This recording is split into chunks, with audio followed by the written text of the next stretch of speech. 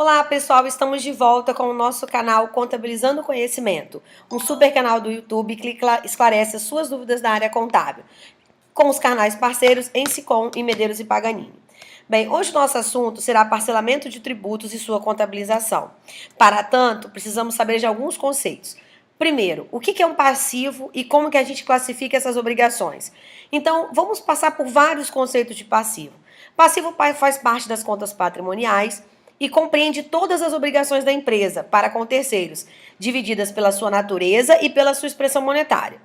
Também podemos dizer que o passivo, ele evidencia todas as obrigações, todas as dívidas com terceiros, como contas a pagar, como fornecedores, como bancos, como impostos, como funcionário, como sindicatos, entre outras. Podemos dizer também que o passivo é uma obrigação exigível. Isso é, no momento em que a dívida vencer, ela será exigida ou reclamada a sua liquidação. Por isso, a gente chama mais adequadamente o passivo de passivo exigível. Podemos também dizer que o passivo é uma obrigação presente, derivada de eventos já ocorridos na empresa, cuja sua liquidação, a sua quitação, espera se efetuar por meio de uma saída de recurso. E como que a gente classifica esse passivo entre circulante e não circulante?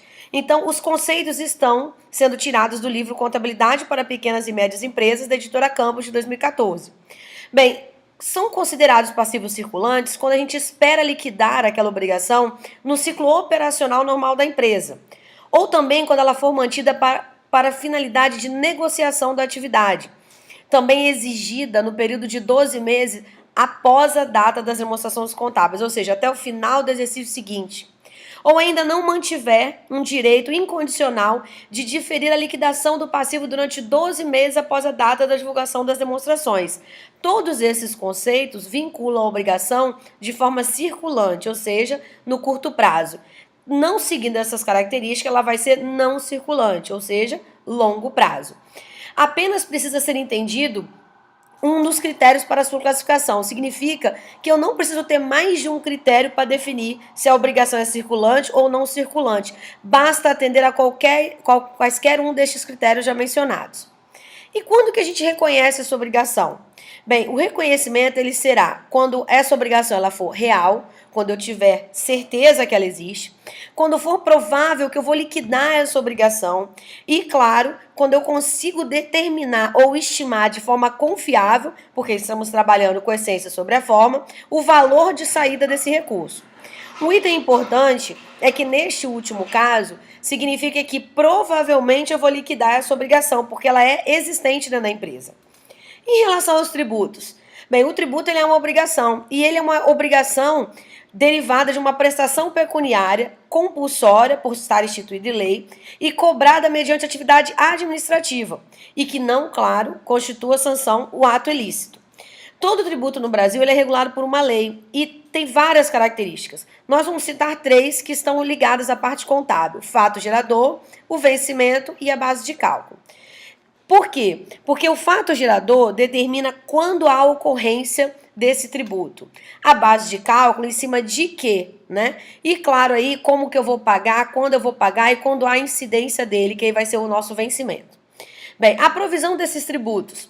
De acordo com as atividades, eles serão efetivamente provisionados num grupo de obrigações tributárias, que pode ser sobre a receita, pode ser sobre o lucro, sobre salário, sobre rendimentos de aplicação financeira, enfim, sobre qualquer base que está regulada pela legislação fiscal, que hoje nós temos inúmeras bases.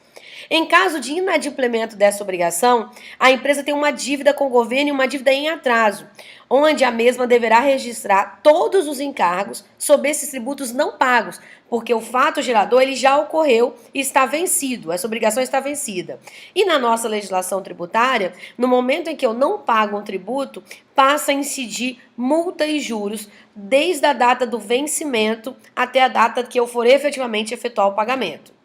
Então, pela norma contábil, pelo regime de competência, eu sou obrigado a registrar aquele passivo. Claro que eu preciso estimar esse valor, ele tem que ser confiável e também regulado pela legislação fiscal. A provisão dos tributos ela é efetuada de acordo com o seu fato gerador e ocorrência. Portanto, naquele momento, se a empresa não efetuou a sua quitação dentro do seu prazo legal que está regulado pela lei, a contabilidade tem que registrar as multas e os juros, que também estão regulados pela lei. Lembrando que o governo não tem política de desconto. Não até o momento, né, pessoal? Então, sugerimos que a contabilidade abra contas segregadas para melhor identificar e melhor controlar isso. Então, vamos dar um exemplo. Você tem um PIS a pagar no passivo, e aí você abre uma conta segregada, multa sobre o PIS e os juros sobre o PIS. A multa no nosso governo atual é limitada a 20%, né? Depois de 60 dias não tem mais acréscimo de multa. E os juros ele é corrigido pela taxa Selic. A contrapartida desse registro vai ser despesa financeira, que são encargos financeiros sobre tributos em atraso. E quando eu faço o parcelamento desses tributos, que é o nosso tema hoje? Bem, se eu já provisionei o tributo, já provisionei os encargos, considerando que o nosso cliente, a nossa empresa não pagou esse tributo e a contabilidade efetuou tempestivamente, seguindo o princípio contábil, a provisão desses encargos, o passivo dessa empresa ele está pelo valor líquido de realização. Porque quando ela for efetuar o parcelamento dos mesmos, o valor que está no passivo da empresa é exatamente o valor que o órgão público vai te cobrar para ser parcelado.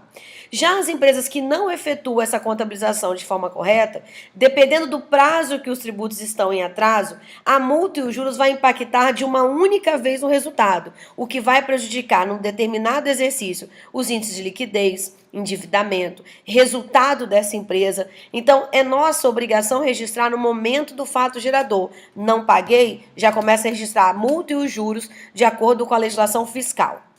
Um exemplo, a gente teria um valor original de COFINS de R$112 mil, calculando hipoteticamente uma multa aí de 44 mil e os juros de 82 mil. Nossa dívida aumentaria para 154 mil. Imagine você registrar de uma única vez todo o valor de multa e juros, que seriam um valor alto, 44 mais 82 mil reais, de uma única vez na contabilidade, sendo que poderia ter sido registrado a cada mês um pouco. Então, eu teria um passivo real de 154 mil para pagar, contabilizando pelo regime de competência. No exemplo ainda da COFINS, se eu fosse parcelar esse valor em 60 parcelas, eu teria também que dividir no passivo circulante, que são todas as parcelas a serem pagas até o final do exercício seguinte. Se eu considerar dezembro, seriam 12 parcelas. E o passivo não circulante é a diferença, que é o que vai vencer, por exemplo, se fosse dezembro de 2016, a partir de janeiro de 2018. Então, a cada mês, no ano de 2017, eu vou transferir uns 60 avos para o passivo circulante, porque eu começo a reduzir o longo prazo e a gerar uma obrigação no curto prazo. Lembrando ainda que na nossa legislação, os tributos federais, pelo menos, mensalmente, quando parcelados, ainda serão corrigidos pela taxa Selic sobre cada parcela, e isso também está regulado na lei. Bem, pessoal, esse nosso assunto ele é de muita importância, pois impacta diretamente no resultado das empresas.